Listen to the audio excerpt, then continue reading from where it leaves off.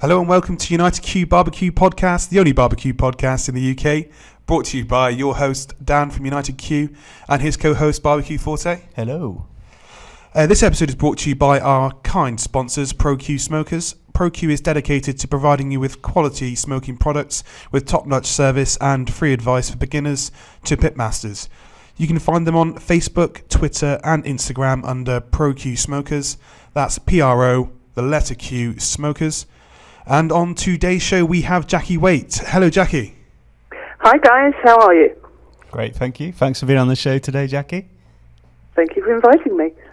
For our listeners that may not know you, I don't know why they wouldn't, but could you introduce yourself a little bit?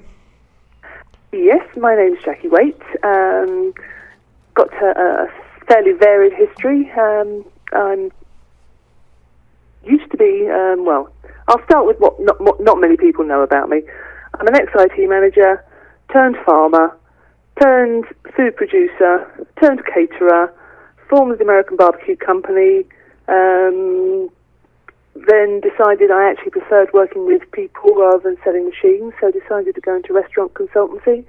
And I'm also a barbecue judge and a former barbecue world champion, but I don't talk about that one too much. Well, you won't have a choice today, I'm afraid, because that's caught our ears already.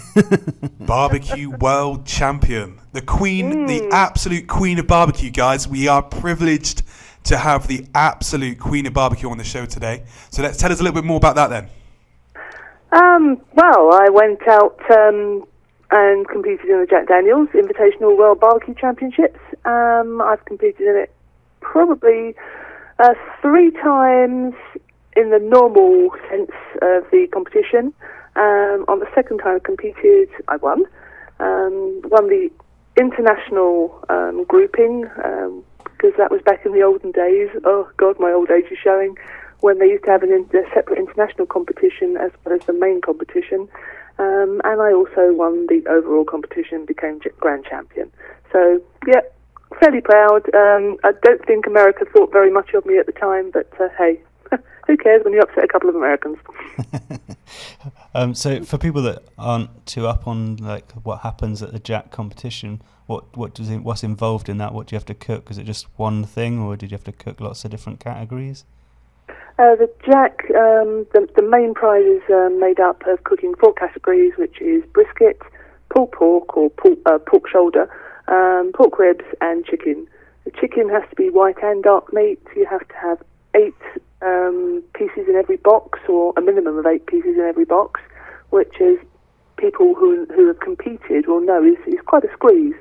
But I managed to get calls in all of those categories, and I managed to win.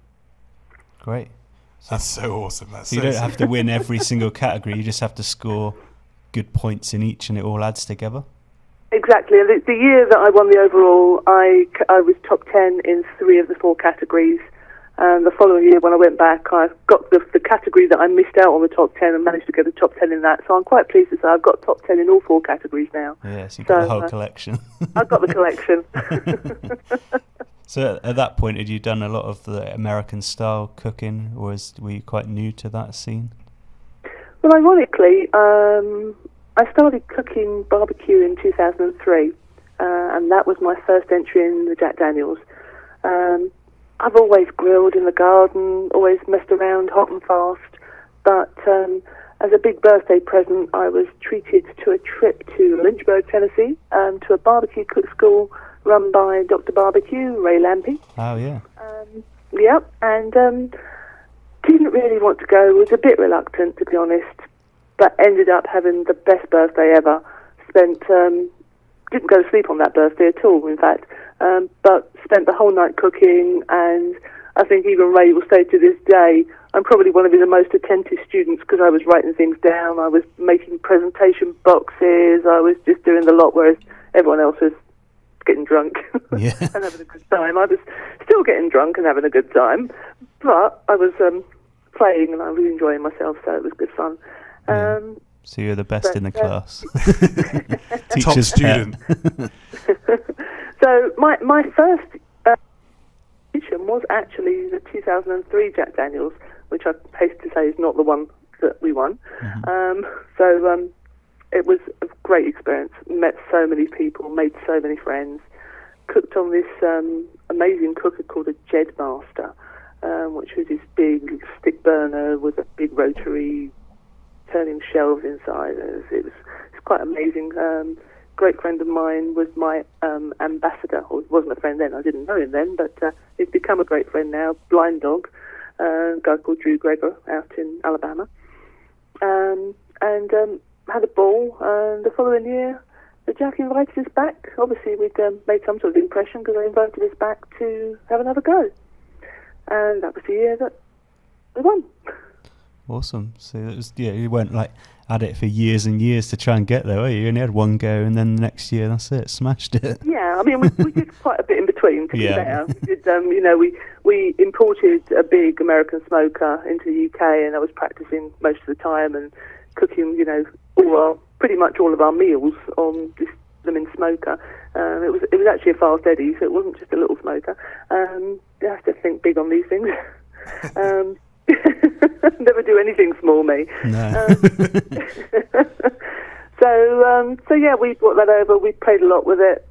We went out to the States quite a few weeks before the 2004 Jack, and we cooked in other competitions. We cooked in Wichita, Park City competition, and managed to get a few rosettes there.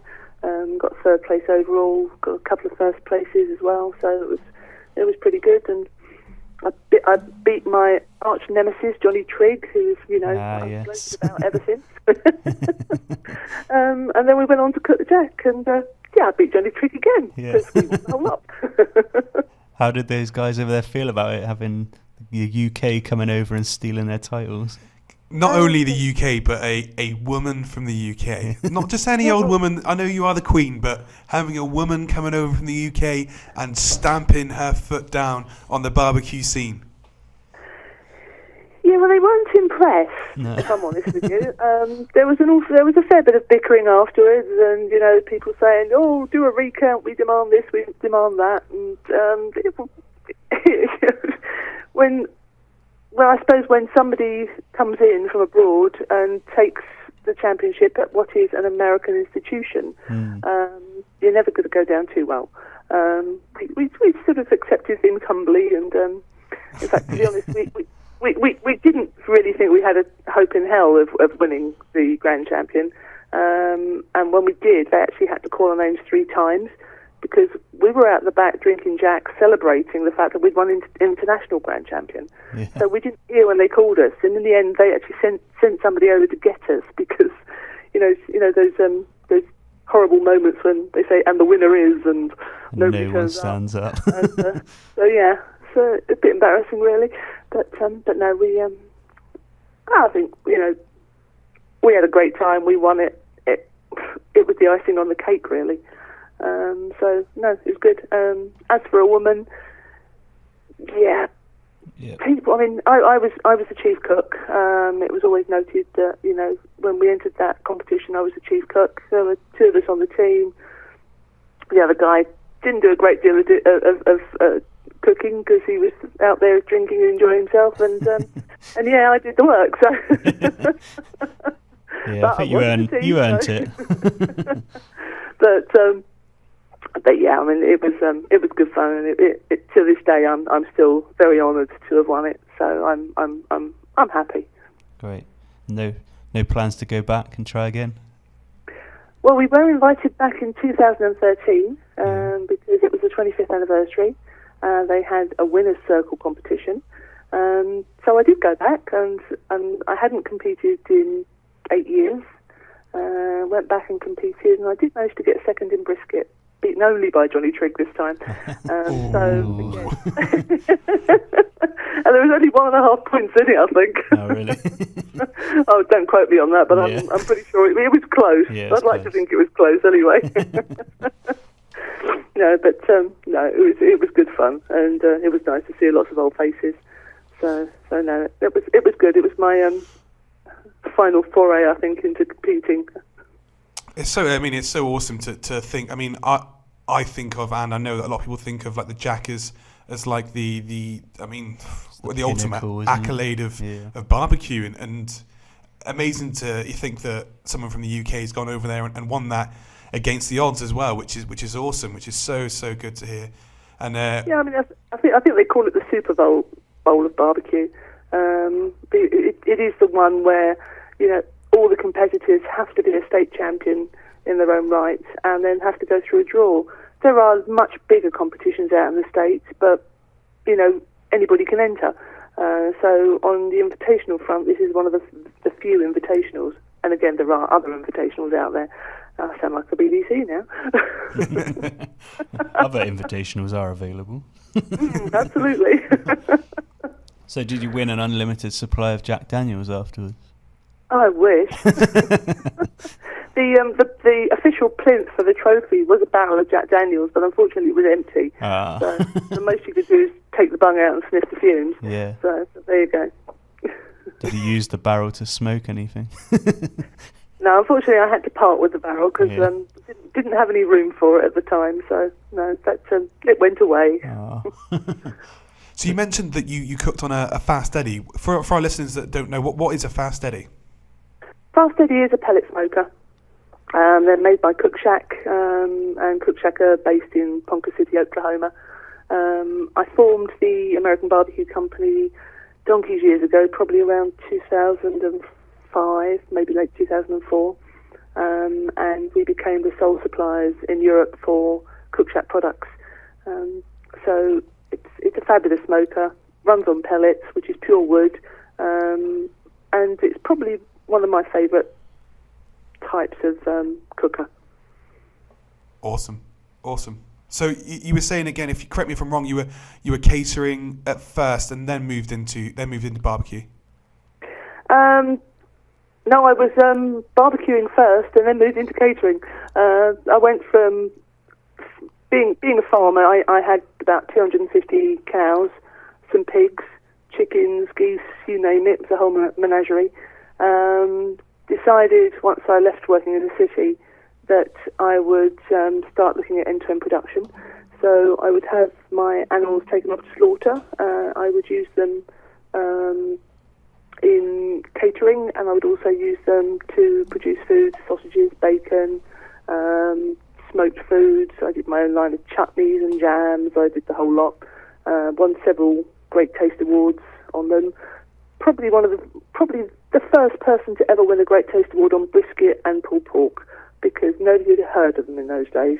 So, I'm probably, I think definitely one of the early takers of low and slow barbecue in the UK. So we can thank you for bringing it over here for us then. Well, it depends on whether you like standing outside in the cold weather and smoking just to fulfil your need for a fix. Well, I do like to partake in a bit of rainy barbecue. Yes. I think I've... How was your weekend, Ben? Yeah, it was awesome, thanks. Probably one of the wettest and windiest barbecues I've ever done. I think I've proved a point now that I can do it in that weather, and I may not partake in it next time. And you still want to thank me? Yeah. Oh dear. There were some good ribs though, and we finished them off today for Barbecue Monday. I can vouch that they were awesome. He opened up his tinfoil and had half a rack of ribs, as well as that was my barbecue. Barbecue Monday was a half rack of ribs as an extra add-on to what I already had. So today was a great day. Oh, I'm glad to hear it. I hope he warmed them up for you. I hope you didn't eat them cold. Maybe. I'll say no more. Yes. So I think you've mentioned it there, I think, but what really got you hooked on barbecue initially then? You had the farm. It was just like what you wanted to cook the food that you had there, or was there someone who inspired you to get into barbecue? To be honest, I've always cooked. At the farm I had an Arga. And if you know Argas are all about low and slow. Yeah. You throw something in the bottom of the oven, at the bottom oven of the Arga, and you leave it all day and you come back in and it's done when you get in. So I guess that was my first introduction really to low and slow. And then someone, Ray Lampy in particular, taught me all about adding wood to things and creating smoke, but creating subtle smoke, because I'm not a real lover of heavy smoke, as Dan will know. And it's saying no more, Dan. Nope. So it was really just a discovery of adding another flavour to something. Yeah. How did you get introduced to Ray then? We found him online. Yeah. You're seeking out good barbecue, and that's how you do it. Well, we were looking for a barbecue cook school, because and Ray's was the one that turned up, and we quite liked the idea of Lynchburg, Tennessee, because it was home to Jack Daniels, and we were quite partial to Jack Daniels. So thought, 2 birds, 1 stone, let's kill match it. made in heaven. Absolutely. So off we went. All good fun, and yes. Ray taught me quite a bit, and the rest I've picked up as I've gone along. So, like you say about Argas, most farms I know that I've been on have all got Argas still in their kitchens now. Yeah, I'd love another one, but my kitchen doesn't really. It's not really the right sort of kitchen. No. You need a country kitchen for an Arga. They're mega money as well, aren't they? Well, I went out the other day, I saw like one was like 10 or 15 grand. Yeah, you could normally find little piglets warming up in my bottom oven as well. Yeah. So a bunch of litter of piglets had been born, and a couple of them were a bit too cold, needed to be sort of warmed up really quickly. So you'd stick them in a box in the bottom oven and leave the door open. I hate to add, just to warm them up and then take them out. So it's amazing what you can do with an Arga, to be honest. Yeah. So what cues do you have in your collection that you use now? Yeah, you mentioned pellet smokers. What else do you use alongside the Fast Eddy? Well, I've got I haven't got Fast Eddy anymore, but I've got some GMGs, which are Green Mountain grills. I've got two of those. I've got 3 Webers and 2 Pro Qs. Cool. So you've got quite a collection. And a cold smoke generator. Yeah, I've got a bit of an eclectic selection. It's all my other half is in the midst of building me a barbecue shelter at the side of the house as well, just to add on to my outside log cabin, which is my outside kitchen. So, I kind of revolve around food in this family, and it's awful because I love cooking it, but I really don't want to eat it all, because otherwise I'll think I'll be like the side of a house, and or the size of me. To avoid that. I don't have the willpower you do. I just eat it all. So yeah, that's the trouble. I like food too much. Yeah. I'm a definite live to eat, not an eat to live. Yeah. Dan, today I'm being healthy. I've got half a rack of ribs. Give them here. If I have to. Yeah, if you were being greedy, it'd be a full rack, kind of. That's my half. You mentioned that you were one of the sort of I'd say instigators of low and slow coming over to the UK. Could you explain the sort of style of low and slow cooking to our listeners, and sort of what sort of temperatures you aim for what sort of meats and stuff like that?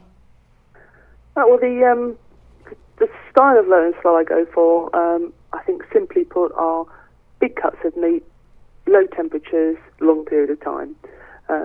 Big cut of meat can be anything. I mean, it can be a leg of lamb, it can be a brisket.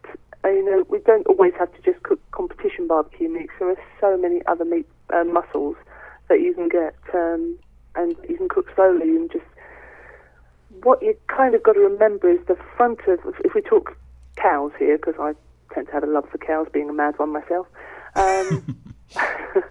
If the front of the animal has the most worked of the muscles, because most of the weight on a cow is on the front.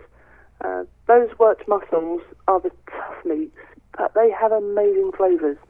So if you get any muscle from the front of the cow and cook it slowly, it helps to break down the collagen, it renders down any fat that's in there, and it gives you this really beautiful, tender, tasty meal. So you can throw rubs and spices and add it, or you can just put salt and pepper on it. It doesn't matter. It's all about giving it that low and slow cook, and adding some wood in for extra flavour. So when you say a nice low temperature, what sort of temperature do you aim for then? Now I've got this terrible habit. I always cook in Fahrenheit. I barbecue in Fahrenheit. Everything else I do in Celsius, but I barbecue in Fahrenheit. So I apologise in advance. But I normally, if I want to get a good smoke flavour in, I will start at 180 Fahrenheit for the first probably about 4 or 5 hours, and then I'll crank the heat up to 225 Fahrenheit. Now, in real terms, 180 is probably around 95 Celsius, and 225 is probably around a 115-ish. So that's really interesting. So you start really low then. You start 180 Fahrenheit, and that sort of gets you you keeps your meat in the temperature range, I guess, longer, so it takes on more smoke. Is that the theory behind Absolutely. That? Yeah, because I'm not, especially cooking a pellet cooker. The pellet cooker tends to release smoke all through the cook, but the key time to get the smoke into the product is in those first few hours. Once the meat forms its real seal, you're not going to really take much more smoke, unless you literally throw bucket loads of tarry stuff at it, in which case it'd be revolting anyway, so you don't want to do that. So you really want to get as much smoke flavour in as possible in the first few hours. What people don't understand is smoke needs to be fairly subtle. If you put loads and loads of wood in, yes, you're going to get a smoky flavour, but it's going to be fairly bitter. What you want to do is put small amounts of wood in, and then if you want some more, just put another piece of wood in. Don't throw it all in at once, because it will overpower the meat. That's my opinion anyway. Cool, awesome. That's awesome. I've just learned something. I never actually started off so low, and it makes sense actually, because like I said before, about there's certain temperatures that meat sort of takes on smoke better. So you could actually cook between those temperatures for longer if you start off a little bit lower. So yeah, that's absolutely awesome. That's cool to. You're also above the danger zone temperature as well, which is quite important. So you need to make sure your heat is enough that you're not going to encourage bacteria. Plus, bacteria really don't like smoke anyway, so you're going to be fairly safe at those temperatures too. That's really cool. You touched on a little bit about sort of rubs and stuff, or just leaving it salt and pepper. And I'm a real sort of stickler for beef. I tend to leave beef salt and pepper personally. That's just my personal taste. If I'm feeling really jazzy, I might just add a bit of garlic powder or onion powder in there. But I tend to just stick to salt and pepper. What do you do along sort of the rubs? Let's talk about your rubs and what you sort of use for different meats and stuff like that. I make my own rubs. In fact, as part of the group I work with, which is Blue Smokehouse, I'm about to start releasing some of our rubs onto the marketplace. I've been threatening to do it for years, and I'm finally getting around to do it now. Awesome. Where will they be available from? They'll be available from the restaurant and online to begin with, and then hopefully eventually we'll try getting into a supermarket somewhere. Cool. So we could order them off of Blue's Smokehouse website? Absolutely, yeah. We'll be doing our own sauces as well, but I'll touch on that a bit more later. Hear that, guys? The Queen of Barbecue World Champion rubs are coming to market soon. So if you want some World Champion tasting meats, this is where you're going to get them from. So that's Blue's Smokehouse. That's what are they got? Have you got names for those rubs, or are they just? I haven't come up with the total names. I'm thinking about just being basic and saying a rub for beef.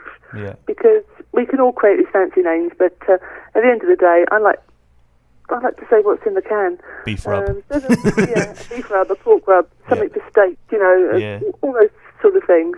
I guess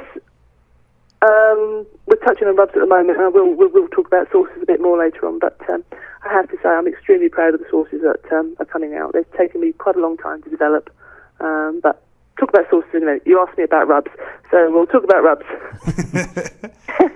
So let's talk about the Queen's rubs. Yeah, tell us more. Back to your comment about you love salt and pepper. Yeah, there's nothing wrong with salt and pepper. I prefer, personally, a bit more depth and flavour. I like to include things like paprika. I like a little bit of cumin. I love cinnamon in small quantities. One of the rubs I've created has got cinnamon. It's got orange powder, which is an orange zest powder. It's got a bit of everything in there, but it gives you, nothing is overpowering. Everything is very subtle, and what it does, it's designed to complement the meat. So everybody's different. Everyone has their own taste, and I'm kind of, I suppose, quite selfish, really. I've done these to my tastes. That's what you've got to do, isn't it? You've got to be proud of what you're serving. Yeah, and people seem to love the food we produce because they are the rubs we use at Blues. Yeah, I'm quite pleased with them. But I'm always pottering around. I mean, I'll look at recipes online and in one of the numerous stupid number of books I've got on barbecue, and I'll think, quite like that idea, but I'm going to tweak it. So I'll tweak them, and if it works out nicely, I'll add that to my little repertoire. Yeah, you've got to experiment. You never get anywhere just reading from the book and going as what people say. You've got to always try and put your own spin on things, and because I always go back to the same thing. Everyone likes their steak cooked differently. Everyone likes things cooked differently. There's not the perfect rub, there's not the perfect this. So you've got to experiment and try new things and try and find what your taste buds really want, which is really important. Exactly. And there are, don't get me wrong, there's some really good rubs out there. I've been out and I've bought quite a few of the rubs on the barbecue circuit, and there are some really nice products out there. But I kind of, I'm one of those folk that is very anti any form of fake smoke or chemical smoke. So when I find that things have liquid smoke or smoke powder in them, I tend to shy away from them. The devil. To me, it is the devil. We don't talk about liquid smoke on this show.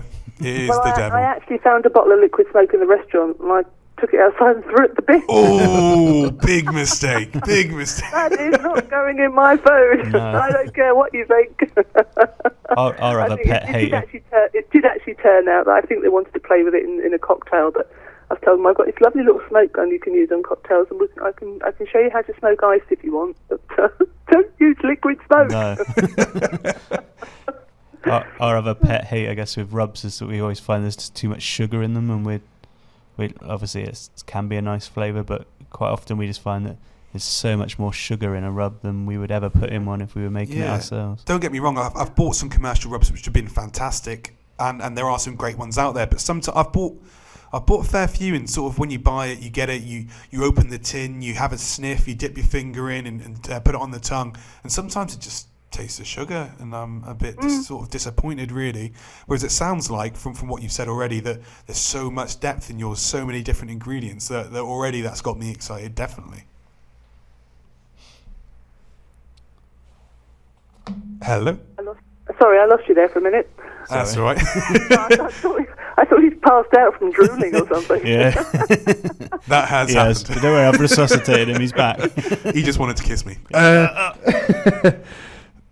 Right. To me, it is all about depth of flavour. Having said that, I mean, when I'm in the States, I do have a look around and see what is out there, and there is one barbecue rub that I do buy because I love it, and I've tried to recreate it, and I can't, and it really bugs me because I keep trying to recreate this rub, but I still can't. You can't leave us hanging. Come on, what is it? Come on. It's actually BBQ Sweet and Heat. Sweet and heat. And I have to say, it's one of those rubs, it's quite sweet, but it's not sweet. And it's got a really lovely bit of heat there. And there's cinnamon in it. And it's just one of those unusual rubs, but it works. Cool. Right, I'll be on the internet later looking to order some of that. Yeah, well, if you find some, get me some. Okay. Damn, we were going to come back to you. What about like injecting and brining? Are you a fan of these methods? When I was competing, yes, I would do it all the time. The one thing I learned very quickly in catering is you just don't have the time to do that sort of thing. I will always brine chicken, and the restaurant we brine chicken religiously. But as for brisket and pulled pork, we don't inject. If I'm competing, as I say, yes, I would inject. Pork, I would even inject brisket to a certain extent, but I would do it very carefully because there is nothing worse than seeing all the injection marks left in a brisket. And it really does make it look quite awful where people over-inject. And it spoils the appearance, in my personal opinion. So just for everyone to know, it's like a brine. What would like your basic brine for chicken involve? Off the top of my head, it would be obviously water. There'd be sugar, salt, cider vinegar, soy sauce, black pepper, garlic, honey, quite a few other things that I really can't remember off the top of my head. That's cool. That's just a sort of basic sort of brine. And how long would people leave their chicken in that for? Overnight normally, 24 hours maximum. And what does that give the chicken? What sort of what does that give the chicken from putting in the brine? Okay, well, what brining does basically is it draws out the nasty moisture, like the lymph, and it replaces it with good moisture. So what that does is putting that flavour of the brine into the chicken. It gives you a much better product. It gives you a much more juicy product. There was a big thing on the on Facebook groups at Christmas when everyone was saying, should I brine my turkey? Should I not brine my turkey? And I put my recipe out there for turkey brine and how to brine the turkey and how to cook the turkey. I think one lady took a photograph when she made the brine of her turkey in it and said, it looks like swamp water. I hope this is going to work, otherwise you've just killed my Christmas dinner. Yeah, I remember seeing that photo. Oh my God.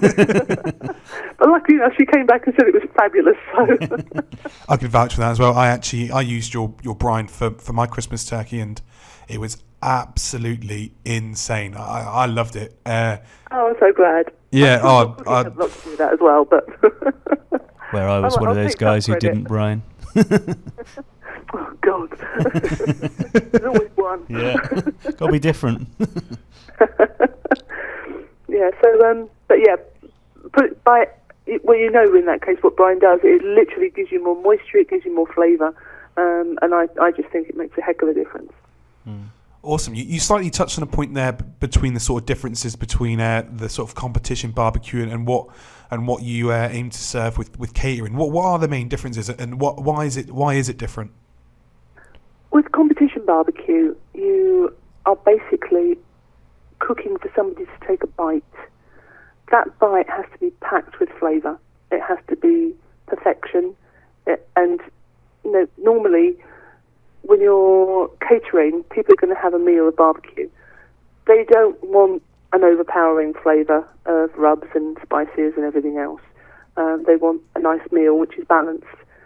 With competition, yours needs to stand out from the rest. So I tend to try and find a way of making my brisket taste really nice and beefy, but give it a really complex flavour as well. And I'm trying to put everything into that one slice of brisket and that one cube of burnt end, which the judge is probably just going to take one bite of and form an opinion. And it's such a difference. I would spend hours preparing a competition brisket, and I wouldn't for a restaurant, for catering. I'd obviously take my time and I'd still do it well, but it wouldn't be to the extent of in a competition. Yeah, no, if you're going to eat a whole brisket plate, a whole brisket meal with every bite being absolute jam-packed with everything, it would be too much. It would be too much. So I completely understand that. I just wanted you to touch on the sort of differences there and why there are the differences there. Because some people go to these sort of go to restaurants and expect competition-style barbecue, and it's not going to happen. It's not realistic. Exactly. You know, I'd like to think that the flavour of our brisket, I mean, I don't cook the food at Blues. I've trained the people how to cook the food, so I can't be there 7 days a week cooking food. I kind of sometimes think I would love to, but it's just not practical. And sometimes if I get a bit of bad feedback, I get really annoyed, and that means I'm not annoyed at the feedback, but I'm annoyed that somebody has gone in and not had a great experience. So I want everything that we serve to be fabulous, and I want people to love it. But equally, I will take criticism and I'll take it quite seriously. In that, in fact, there was something on Facebook last week where somebody said they went into Blues and they didn't really enjoy it, but they'd only ever compared it against competition barbecue and what they produce at home, and there is such a huge difference. But I will still go into work tomorrow, and I'll see what they're doing, and I'll see if we need to make changes. I've seen it firsthand. I've seen people comment on Blues positive. Oh, I always see a lot more positive, negative, but I've seen negative comments, and you're always there to respond and to accept it and to apologise and to make sure that it changes. So, I mean, that's for me to see a sort of someone affiliated with that restaurant to actually feedback like that and to take feedback in that way and to actually do something about it means so much to me as a customer. It's amazing to see, really. It speaks volumes for the brand and for you. Well, at the end of the day, our customers are key. Without our customers, we are nothing. And if our customers are unhappy, even one customer, I want to make sure that they can come back and turn around and say it was a one-off and it was great. And also, it's very easy to take praise, but you also have to take criticism. And if you can't take criticism, you shouldn't be in the industry. So I'd like to think I can take both with equal measures of can't think of the word now, but equal measures. We'll leave it that way. Well, my only criticism, Jackie, when I came, was of myself and disappointment and not being able to eat it all. Yeah, well, I just sent you away with it in a doggy bag. What else do you want? Yeah, but I couldn't fault it. It was perfect, and Tom, my cameraman, concurred. He enjoyed it. I spoke to him at the weekend. I was like, "Do you manage to eat it all?" He's like, "Yep, smashed it all," and he had to have a salad with it as well. Oh well, I'm glad he was healthy, but he had the salad as well. Yeah. I'm glad you guys enjoyed it. I mean, and we didn't treat you specially. We gave you from the past. So you ate what everyone else was eating. Oh, thanks. I thought you were giving me special treatment. Oh, of course I did, but not in the food. Yeah. I really enjoyed the sausages that you served up then. Thank you. They're my recipe as well. Yeah, they were really nice. I'm glad you like those. What goes into your sausage, or is it a secret? It is a bit of a secret, and that, I mean, that there were pork and beef sausage, about 20% beef, 80% pork, and there are a whole bunch of herbs and spices in there.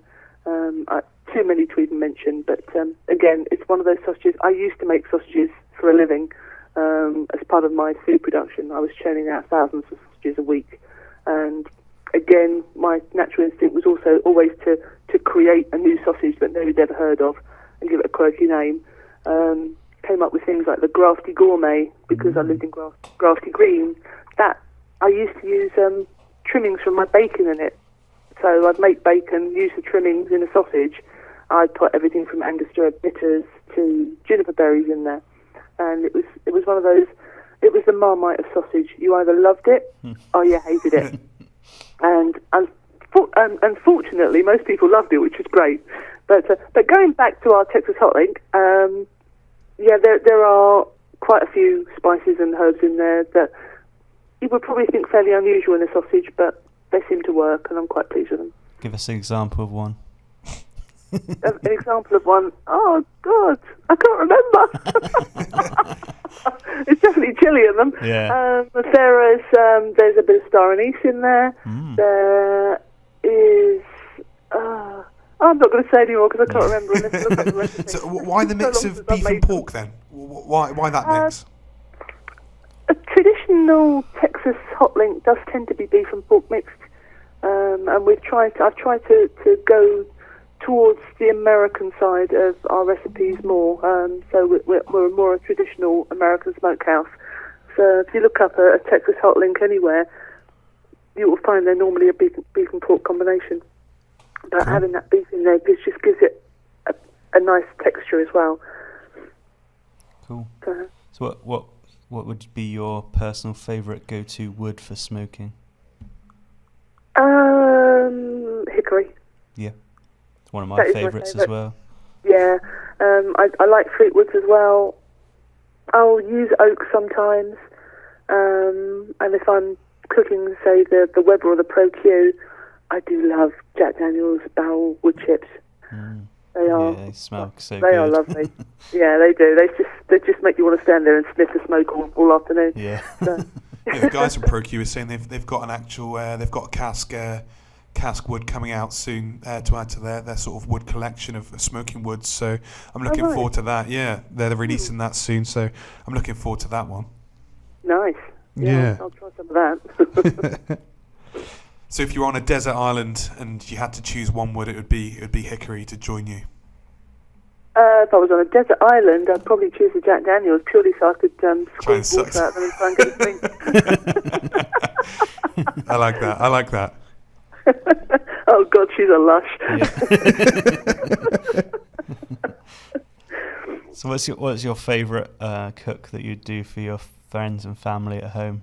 What would be? I was dreading you asking me that. It's one of those questions I can't answer because I love cooking and I love food. So to say give me a go-to is really difficult for me. As an ex-cattle farmer, I love beef. I'm a real beef girl. Red meat is probably the king of meats for me. So I'd have to say beef. I would probably not go towards brisket. I would probably go towards a dirty, great big wing rib on the bone. I just want to marry you now. I just think that you can cook it. I love a beef rib. I think I can't get enough of it at the minute. That's tends to be like all I'm cooking, which is why I'm forced myself this weekend. I'm doing like a big pork cook, a bit of a mixture and some chicken, because I've just been doing beef rib after beef rib at the minute. I've just been constant. I just love it so much, and I just a bit wary of that. So I'm forcing myself to do a big pork cook this weekend. So yeah, so I'm just that sounds amazing. Oh, good. Got away with that one then. Yeah, you get away with that. So I tell you what, I do miss having my own beef in my freezer though. Back in the days when I was farming, you would find everything labelled up with the animal's name on it. So I'd have Henry rib and Ellen burgers and things like that. So yeah, strange person. No, I think that's so amazing. I think that's one thing that I love, and I love sort of respecting where my food's come from, and sort of making sure that I've got good quality meat, and knowing that it's been looked after and stuff like that, which is something that I've spoke to you before about, and you were telling me that before, and I thought that was amazing. So At the end of the day, people used to say to me, "How can you name your animals and then eat them?" I said, "Well, because I know I've given them the respect that they're due in life. They've had a great life living on my farm. They're always well fed, always well watered. They were well bedded down when they had to come in for the winter. They were on good grass all through the spring and summer. So why on earth wouldn't I eat a product that was that fabulous?" And people just don't get it. You know, they think that cows must be pets. And yes, I did have a great relationship with my girls, to the extent that I would hear a sound that was out of place at 2 o'clock in the morning, think, "Oh heck," literally get my dressing gown on, put my wellies on and go and deliver a calf. Because because that's what you did. Got good ears. Well, there you go. I've done it all. What's that in the middle of the night? Cow going into labour, right? Clean up the barbecue. Dressing gown and wellies on, out there delivering. Oh dear. Well, I'm writing a cookbook at the moment, as you probably may have heard on the grapevine, but it's not just going to be a cookbook. There are going to be anecdotes of my life in farming, and lots of bits about my past in there as well. It is going to be the blues cookbook, and probably I'm looking to do everything cook-wise on a bullet-type smoker, and I've got some Pro Qs to do that, courtesy of Ian. So, you know, I'm writing the recipes for a bullet-style smoker. So, awesome. Well, I'm a bullet smoker guy, so I can't wait to read the book and give them all a try. That's great news for me. I can't wait to finish writing it. Awesome. When are we likely to see that coming out, Jackie? Don't know yet. If everything goes well, autumn for Christmas this year, and if things get delayed, then it might not be till the spring next year. But it's coming. And what sort of recipes do we expect to see in there? Is that you're going to go like American style barbecue recipes, or is it other bits and pieces? A little bit of everything. Okay. It's going to be everything from American style recipes, toying with the idea of putting some competition cooks in there. There'll be desserts, there'll be baking, because I also have a passion for baking, and awesome. then lots of grilling and barbecue. And it's just going to be everything. So sounds amazing. Can't wait. Looking forward to it. Hope so. Has it got a name yet?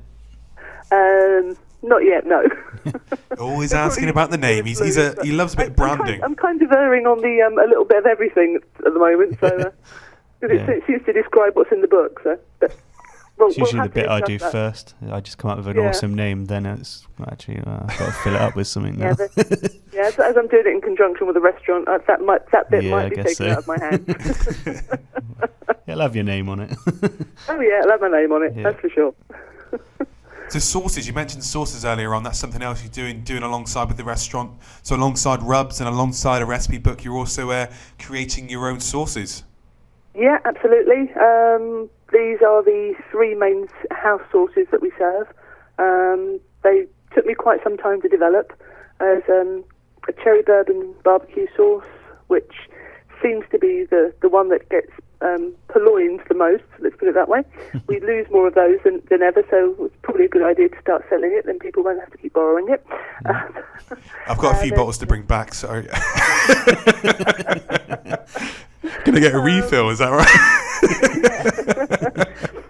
I would not encourage that at all, sorry. No comment. So yeah, that's quite a fruity, fairly sweet, but it's got a nice little kick of cinnamon and orange and that nice linger of Jack Daniels or bourbon. Can't say Jack Daniels, but yeah, that's the cherry bourbon. There are other bourbons available. There are other bourbons available. Doing a Carolina mustard style sauce, which is slightly sweet, vinegary, goes really well with fattier meats, to be honest, because it's got a nice acidity to it that cuts through the fattiness of the meat. So I particularly like it with pulled pork. Mm-hmm. Yeah, so a Carolina sauce tends to be, like you said, it's like a vinegar-based sauce, is that? Yeah, vinegar and mustard, basically, yeah. Yeah, it tends to be a bit more runnier than your sort of thick, sticky barbecue sauces as well, doesn't it? Yeah, that's right. Okay, slightly runnier, but I tend to finish the cherry bourbon and the Carolina mustard sauce with butter, and that butter gives it that really nice mouthfeel. Wow, nice. So it just gives you that nice, where it coats the mouth and doesn't leave you with the sharp vinegary taint to it. Awesome. And the third sauce is the Kansas ketchup, which is my take on a really rich, thick tomato ketchup. I love it, and it's great with everything. I love it on fries.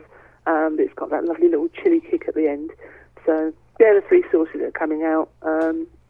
Probably going to do a hot sauce, a Louisiana hot style sauce, in the future as well. Which was the one that you gave me when I was there, Jack? It was I said I like spicy, so you try this that's one. Our Louisiana hot. Yeah, that was good. Dan would approve of that as well. Oh, good. I'm looking forward to pouring the Carolina mustard all over. I was going to say myself, but I don't want to hear you. It's a family that's show, the other podcast. I'll get some on the pork as well, but probably just all over me as well. Just the sort of thing I do. That sort of thing would go good in a coleslaw, wouldn't it? Yeah, it would do actually. Yep. But the sauces are all coming out. I've made the first batch, so the first batch are all handmade by me and bottled by me. You're going to sign the bottle? Sign the bottle. There's a novel thought. Yeah. Could be arranged. Yeah. I have actually got my name on the bottles, so I'm pleased that Blues have respected my recipes enough to put my name on the bottles, which is very good. I want a signature, I'm afraid. Is you sorry? I want mine signed, please. Oh, all right then. Thank you. That's an extra, at least an extra penny, I think. Well, that's bargain. Bargain, yeah. I was wondering what you're going to put on that then. I thought $1,000 or something. I mean, a penny, I'm happy. Yeah, easy. No, I'm cheap. Stick 2 signatures on. Go on. So yeah, they'll be. We're just waiting for the labels to come through, and then they'll be going out, available for purchase online and at the restaurant at bluesmokers.com. Awesome. We'll be on there straight away. Cool. So what goes into designing a restaurant menu? Basically, you've got to work with the owners. You've got to work with the people who are funding, find out what they're after. I was given a very free hand with blues, which was great, and I went through from my experience of eating in barbecue restaurants in the States, and really just went through and did not full American versions of everything, but anglicised versions of everything, things that would suit the English or the British or the UK, or whatever you want to call us, palate more, and go forward that way, and then just work with them to make tweaks and add new things as and when we can. Awesome. So how often would the menu change? Are you trying to keep it the same for quite a long time, or are you constantly adding and taking away new things? We've just changed the menu. We've got a new menu on at the moment, which is going down really well.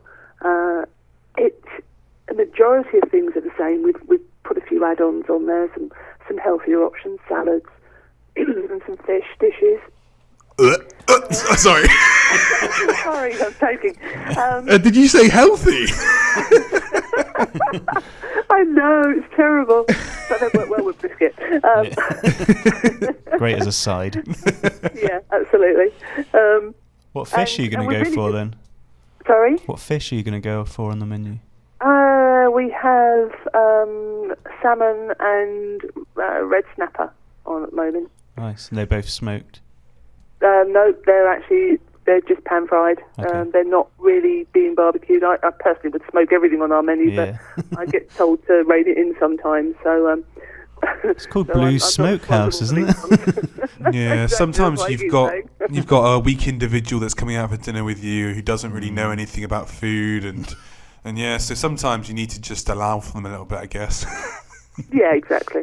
It's like vegetarian options. We have to allow for vegetarians, but we do put smoked onions on the vegetarian burgers and the dogs and things, just to at least get some smoke. Mm-hmm. Awesome.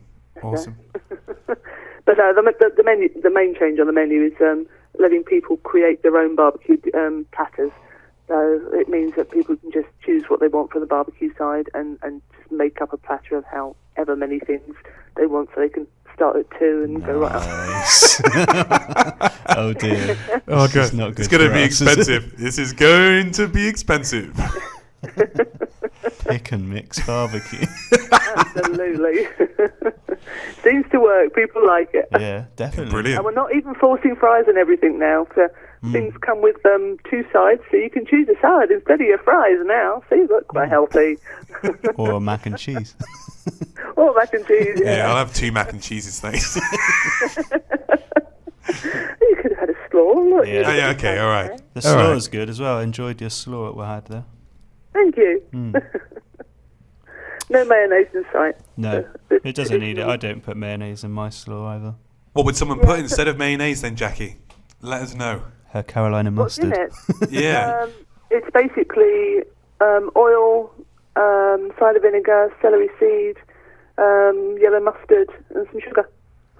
Simple. Awesome. Simple. Sounds Very great. simple, and salt and pepper seasoning and stuff like that. I may have missed something out on purpose, but hey. Yeah. Top secret. Can I? No, exactly. I've started adding radishes to my slaw recently. I really like it. Oh, that's a nice idea actually, because it's like peppery. Yeah. Nice flavour. Yeah, they're going really well. Wise, we've got cabbage, red peppers, celery, and carrot in ours. I'm a real loather of raw onions, so I'm very, very rarely ever will put raw onion in things. Probably because it makes me ill, so I don't do it. It's very overpowering, though, isn't it? You can often, like, afterwards, all you can taste is onion in your mouth after you've eaten it. Exactly, and so I avoid them. But hey, I'm just like that. So I know people can go onto the website and find out, but where are the Blue Smokehouses? We have one in Bracknell, one in Twickenham, and we're going to be opening one in Slough soon, and there are at least another 2 in the pipeline, but I can't tell you where yet. Oh wow, awesome! I've heard rumours about the Slough one. How far away is that one from opening? Probably going to be around May time for Slough, because there's a heck of a lot of work inside. It used to be a nightclub, so we're literally having to gut the whole building and start some from scratch sticky inside. floors. But the work has started, so it will be there, and there'll be lots of announcements coming out on Twitter and Facebook as to when it opens. Well, that leads me perfectly onto where can everyone find you? If you could reel off all of your social medias and websites and everything for us, if that's all right. Oh gosh, right. We've got @Blues Smokehouse on Twitter. We've also got @Blues Twickenham. I think there's an @Blues Bracknell and an @Blues Slough. We are also on Facebook as Blues Smokehouse, and again Blues Twickenham, and there will be a Blues Slough one if there isn't one already. Website is www.bluessmokehouse.com. I'm @MadCows BBQ on Facebook. I'm on Twitter, and Mad Cows Barbecue on Facebook. Awesome. So check her out. Get the following done. Get some tweets out there. Yeah, guys, get follow, tweet, and all the rest of it. You know where to go now for all of your barbecue needs. Absolutely. Get on the Blues Smokehouse Instagram and see the chicken wing movie that I featured as a hand model in. Oh yes, the wing shot. Yep. Not quite as bad as the one with me with horns. I think having to stand on a banquette on one leg, balancing, trying to get the horn centralised. So I think it's an awesome shot. I love it. I think it's brilliant. Yes, I can thank our marketing guy Simon for that one. Yeah, thanks Simon. Cheers, Simon. Right, so thank you very much for coming on the show today, Jackie. You've been an absolute brilliant guest. Thank you very much for answering all of our questions. Hopefully I didn't yabber on too much, but it was good fun. I know. Thank you very much. Perfect. Okay. Thanks for tuning in to UnitedQ BBQ Podcast, the only barbecue podcast in the UK, brought to you by your host Dan from UnitedQ and his co-host BBQForte. Goodbye.